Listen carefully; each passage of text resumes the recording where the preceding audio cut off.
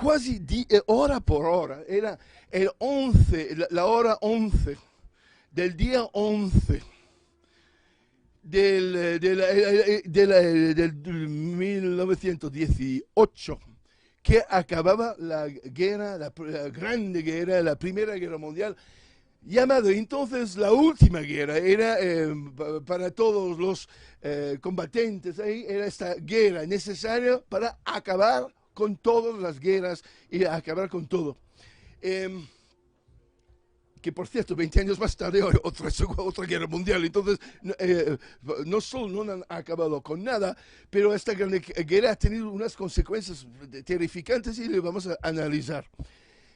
Vamos a analizar, como siempre, en mi caso, yo no soy autodictado, no soy historiador, pero sí como buen payaso que soy empapado, como se puede decir, de una historia, de una narrativa oral. Es decir, que en los circos, mis padres, mis abuelos y otras personas también, después de los espectáculos, se hablaba mucho antes en los circos, la gente comía, los artistas de circo comían juntos y se hablaba del pasado. Y había una historia bastante recurrente de mi abuelo que contaba todas sus historias de la Primera Guerra Mundial. Entonces vamos a hablar de la Primera Guerra Mundial utilizando unas historias de mi abuelo Marcel Bassi, aquí en una trinchera de la Primera Guerra Mundial, con un perro sobre la cabeza. Imagina, millones de personas matados en la batalla de Verdun, la peor batalla quizás de la Primera Guerra Mundial, y hay una foto, la única foto de mi abuelo en la guerra, tiene un perro sobre la cabeza, como buen hombre de circo, perro sobre la cabeza de mi abuelo. Yo os voy a decir las condiciones, el porqué del perro sobre la cabeza, y esto intentamos de asociarlo a eso en una dimensión más grande de los significados de la Primera Guerra Mundial. ¿Por qué todo esto? Porque en este lugar, en un lugar tan pequeño, tenemos aspiraciones muy grandes, y la aspiración más grande de todo es mantener la memoria histórica, mantener la tradición europea de la ilustración, hablar de una manera crítica de las cosas. Gente de baja condición social, somos yo me llamo Bassi, por eso de ser de baja condición social, pero orgulloso, en un barrio de baja condición social, que se está gentrificando, lástima, pero bueno, un barrio de lavapiés, de muchos obreros al lado de un teatro, o lo que era un teatro antes, el Teatro Barbieri, donde hacían muchísimas, organizaban las huelgas hasta de la tabacalera, ahí entonces un lugar de lucha obrera, y entonces somos ahí muy orgullosos de eso. Vuelvo entonces a la Primera Guerra Mundial. Se oye muchas historias sobre el tema, hasta la Merkel y Macron hoy están celebrando, si se puede decir, homenajando, mejor palabra, los muertos, los dos enemigos, terribles enemigos de la Francia y la Alemania, pues a 100 años de distancia, los líderes de estos países, mano a mano ahí, y honorando las tumbas de los dos bandos. Una imagen que es todavía muy fuerte e increíblemente importante. Esperemos que la Europa se mantiene solo por esta imagen, porque la Francia y la Alemania son miles de años que se dan hostias, y entonces de tener esta paz y de mantener esta paz es la cosa quizás la más importante en Europa. Pero lo que no se dice es las razones. Ok, la Segunda Guerra Mundial, Hitler, el monstruo, todo el fascismo, la democracia luchando, la América luchando contra el fascismo, el nacimiento de la idea del Occidente y todo esto, que es también muy falso todo esto, pero bueno, esta es la teoría que hay atrás, es la narrativa que sabemos. Pero la Primera Guerra Mundial, ¿por qué se han dado hostias toda esta gente? La verdad es que no es muy claro. Una cosa muy importante de saber es que en la Primera Guerra Mundial, por ejemplo, la Austria y la Italia eran en guerra uno contra el otro. Eran dos países católicos. El Papa a Roma, si no me equivoco, era Benedetto XV, si no me equivoco, era Papa de los dos lados. interesante esta cosa, porque hoy en día la idea, ok, el fascismo, entonces la gente sin Dios, y pues América, Estados Unidos, y los ingleses, con Jesús, pues no, en la Primera Guerra Mundial no había una dimensión religiosa, al contrario, eran todos, básicamente eran todos católicos, quizás aparte de la Inglaterra, con su sistema religioso un poco diferente, el anglicanismo, el protestantismo. Pero bueno, y entonces, ¿por qué se han dado hostias? Cosas territoriales, quizás algo de Francia quería el Alsace y la Lorraine, que arrebatado a la Francia 20 años o 30 años antes por la Alemania, pero tampoco muy claro, porque el Alsace y la Lorraine es también alemán, pues no se sabe muy bien. Pero lo que sí que se sabe, que había unos intereses de dinero atrás como nunca antes. Es decir, esta primera guerra industrial es una guerra que fue ganada no por el mérito o la valentía de los soldados, pero por la cantidad de blindados, por la cantidad de obuses, por la cantidad de barcos que la economía podía producir. Y entonces el sistema capitalista que nacía al principio del siglo XIX, 100 años más tarde, había llegado a... Y entonces era esto sí una batalla de capitalista. ¿Quién podía tener los banqueros más favorables para prestar dinero, para crear más empresas y construir más canones, más cosas y para ir contra el adversario? Entonces, pero la cosa también muy rara, entonces uno puede decir, era una lucha entre capitalistas. Sí y no. La banca Rothschild, por ejemplo, había tres ramas de la banca Rothschild que ha prestado muchísimo dinero a los beligerantes. Una de las ramas de la banca Rothschild era en Viena, Austria, otro en París, Francia, el barón de Rothschild, y otro Lord Rothschild en Inglaterra. Entonces, dos de las bancas Rothschild, de los grandes banqueros que prestaban el dinero, también esto no se habla mucho de esto. Entonces, digo todo esto porque mi abuelo esto directamente hablaba de esta cosa. Y veo un mueble y abro un casete como hacen los niños de 5 o 6 años, investigando las casetas, ver lo que había ahí dentro de la habitación de mi abuela que no conocía. Y veo una caja pequeña azul, pero muy elegante. Y abro la caja pequeña azul y había 2 medallas militares dentro. Hostia. Mi abuelo, payaso, malabarista, también hacía cosas con perros y tal, persona de circo. ¿Qué hace 2 medallas militares en una pequeña chabola, roulotte chabola de gente de circo? Y en ese momento entra mi abuela, ¿qué coño haces ahí, Leo? Y yo digo, abuela, mira. Y la abuela dice, sí, las has visto. Pues, ¿sabes? Me dice, tu abuelo era un héroe de guerra. La primera vez de mi vida que había oído que mi abuelo había hecho otra cosa que en la pista hacer el payaso. Héroe de guerra. Sí, la abuela como muy orgullosa. Rosa Bassi, mi abuela de Roma, dice, tu abuelo,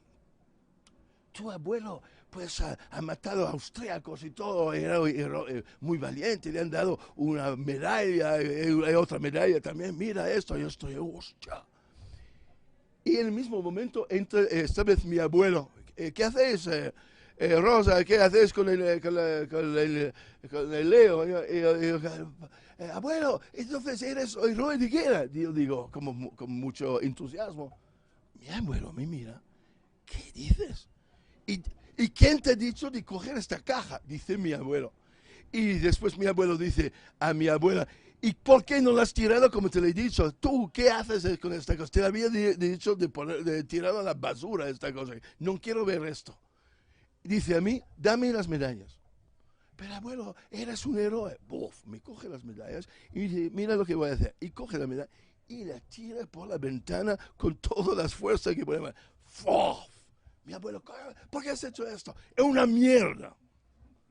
Y dice, es la peor cosa que he hecho en mi vida. Y la cosa que no quiero recordarme, la cosa peor, la cosa horror. Y me dice a mí, recuérdate, Leo, si hay una guerra, tú mira en qué dirección está la guerra y tú das la vuelta y vas corriendo en la otra dirección.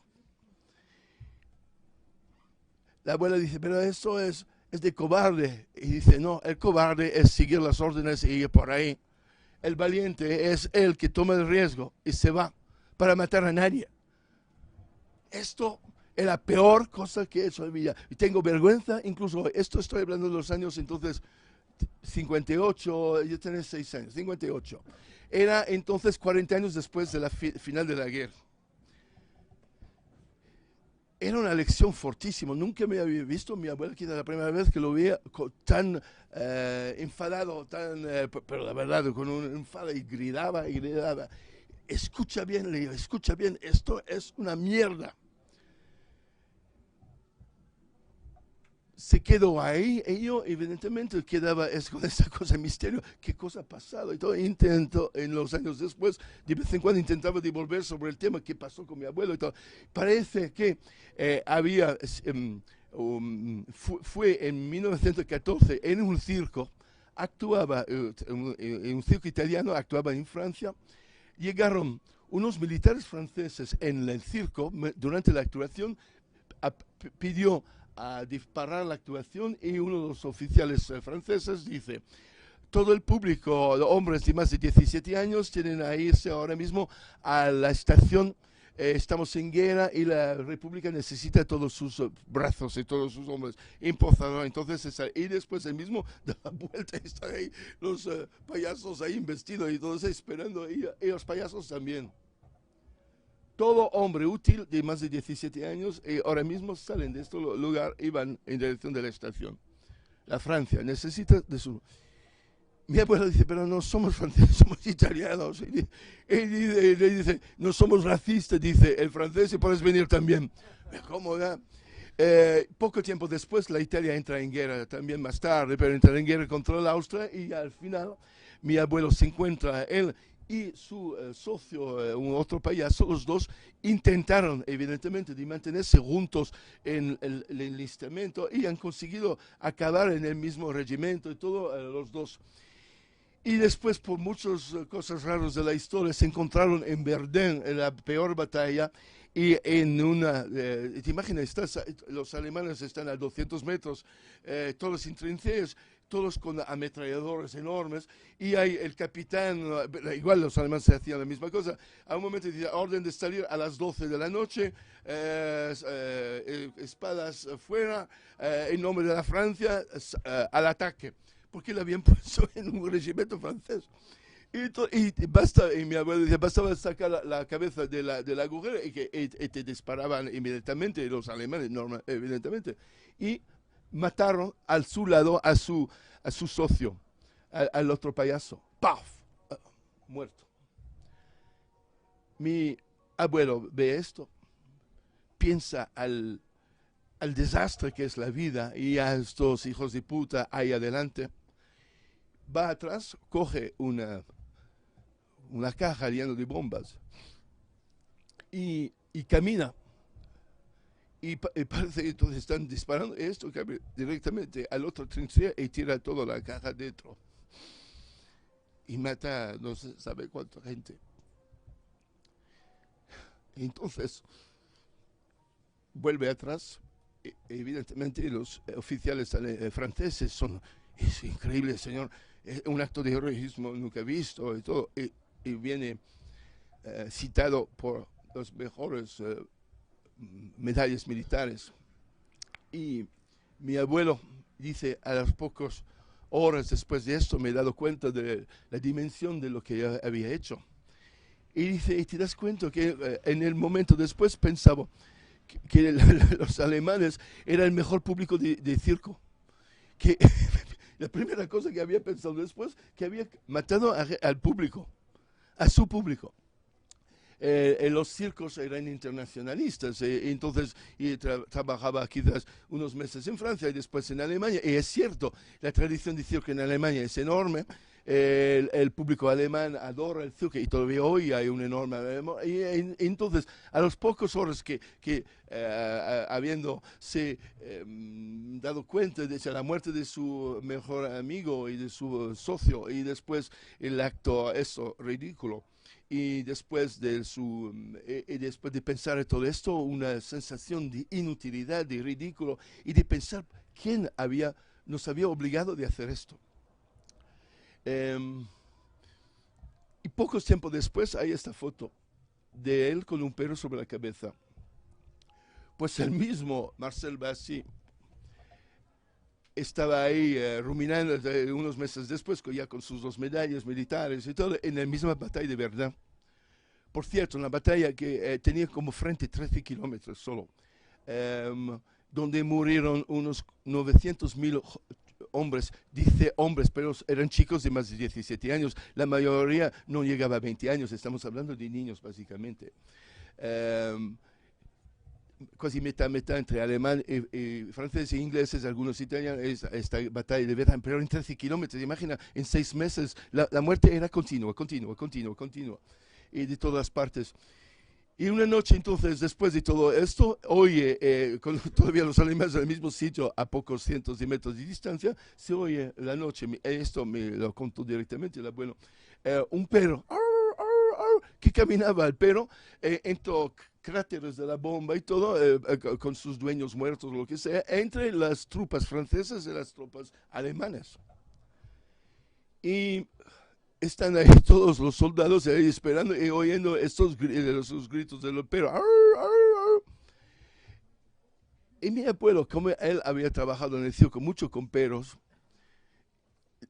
no aceptaba que esto pero podía estar ahí, y entonces sale sin órdenes de la oficial, sale de la cabeza del agujero y los alemanes están seguramente ahí mirando y camina la misma manera, misma inconsciencia, con la misma acto heroico la que había hecho antes con la caja de explosivos.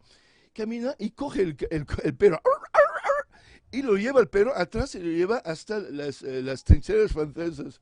Y le dan a comer y el perro se transforma en una especie de mascota por todo el regimiento. Está ahí perro y el perro, pues, ahí es la foto. Entonces el perro ya entra en el mundo del circo, el perro va haciendo equilibrios y todo esto. Y yo me recuerdo y dijo, pero abuelo, tú dices que estaban los alemanes ahí. Y dice, sí. Cuando he cogido el perro, pero he visto hasta los ojos de los alemanes, estaban mirándome. Y yo digo, has tenido una suerte increíble que no te han matado por la segunda vez, ya así, tienes suerte. Y dice, sí y no. Y dice, yo he pensado mucho por qué no le han disparado, porque él quería morir, después de todo esto, era totalmente indiferente a la vida y a la muerte. Y dice, yo pienso que no le han disparado porque los alemanes aman mucho los perros. Y yo digo, ¿por qué no quería matar al perro? No, dice, no solo eso, dice, seguramente han valorado mi acto.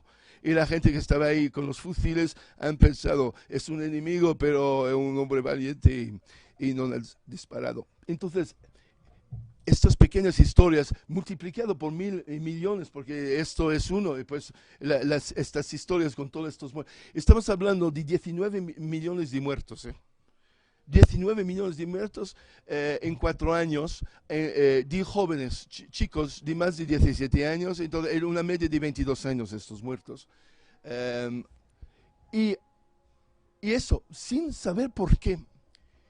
Mi abuelo también me dijo, una cosa que me había cogido, porque cuando después estuve ahí, nos daba informaciones para dar energía a las tropas, y una de las cosas que nos han dicho es que las tropas alemanas habían entrado en Bélgica, entrado en los hospitales, y había con la bayoneta matado a mujeres embarazadas. Y esto nos había escandalizado. Esto contó mi abuelo a mí. Y si te das cuenta que después de la guerra, me fue un poco para ver un poco estas mujeres y todo, porque él trabajaba también en Bélgica, pues la noticia era totalmente falsa. Nunca los alemanes habían hecho esto, nunca habían hecho con la bayoneta, matado a mujeres embarazadas. Era lo que se llama fake news.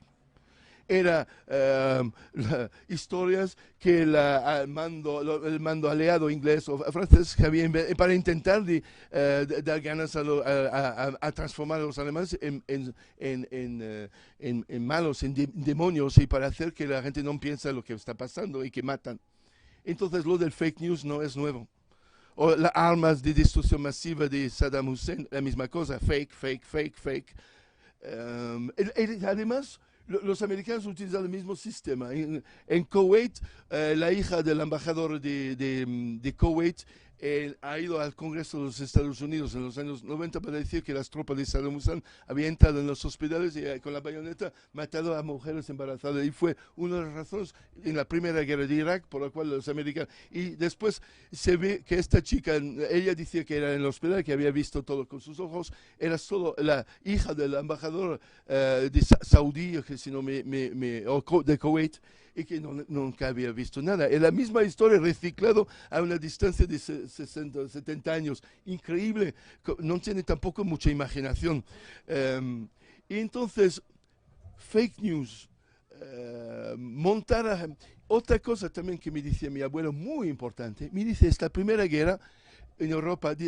después de tantos siglos, donde los soldados no eran voluntarios. Antes las guerras eran hechas de mercenarios, era el aristócrata, el rey o lo que sea, el duque, y daba incluso cita al enemigo después de la comida, una tal hora, en tal sitio. Eran estas guerras de la Europa antes. Y pues con la industrialización y con el capitalismo, los capitalistas, los banqueros dicen, los obreros pueden ser también obreros de la guerra. Y entonces la primera verdadera guerra con conscripción, como se dice, y entonces una guerra que ha aprendido a la clase obrera a matar a los demás. Una guerra donde fake news ha utilizado a la clase obrera para matar en vez de que una horizontalidad de clase obrera alemán con la clase obrera francesa. Y entonces quizás había también esta dimensión, separar por el nacionalismo una idea de clase. Y en vez que la clase alemana y la clase francesa o la clase italiana obrera se unía contra su propio, juntos, se dividía esto. Cuando yo oigo también a los fachas hablando de cuántos millones el comunismo ha matado, el stalinismo, y es cierto, el stalinismo era una dictadura, pero nunca hablan de la Primera Guerra Mundial. ¿Por qué había el comunismo? Es porque los soldados rusos estaban mandados también en la Primera Guerra Mundial, sin nada, sin zapatos, sin nada. La revolución se produjo contra el zar porque la gente no quería morir en la Primera Guerra Mundial. Sin la Primera Guerra Mundial no había revolución en Rusia. Son los alemanes, las servicios secretos alemanes que han introducido a Lenin a Moscú, la han sacado de la cárcel, la han llevado ahí para joder a los zares y para hacer caer el frente del este con la idea. Esto también no son historias inventadas, son verdaderas historias. Y entonces, cuando hacen estas celebraciones y hablan de los 100 años de la Primera Guerra Mundial, que nos explique la historia de verdad y no pasar así por encima. Yo, si puedo, pido a vosotros, si tenéis tiempo, de mirar un poco todo lo que he dicho y vas a ver que no son invenciones. La historia se desarrolló de esta manera. Un montón de historias. La Turquía era en la Primera Guerra Mundial también, era aliado a Austria y a la Alemania.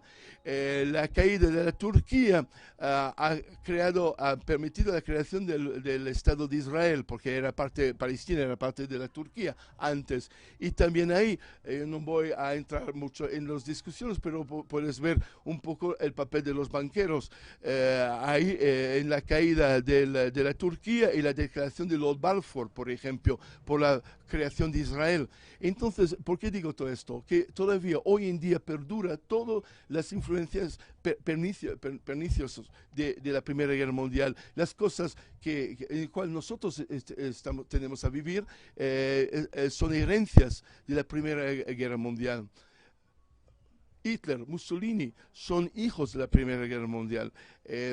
Son gente que han aprendido a matar, gente que han visto a todos sus amigos muertos a su lado, y entonces matar a gente más o matar a judíos no cambiaba mucho, porque la clase capitalista le había enseñado a los obreros cómo se hace para matar a los otros.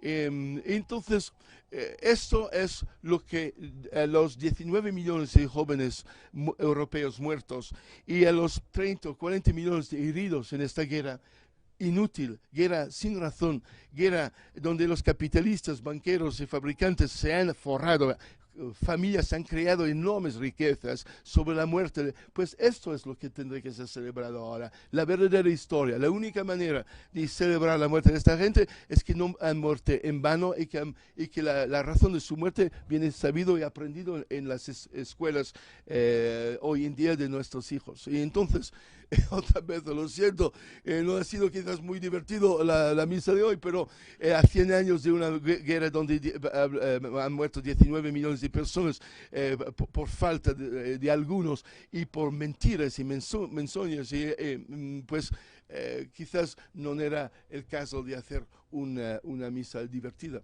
Creo que es más fundamental de hacer una misa sincera, y esta ha sido sincero.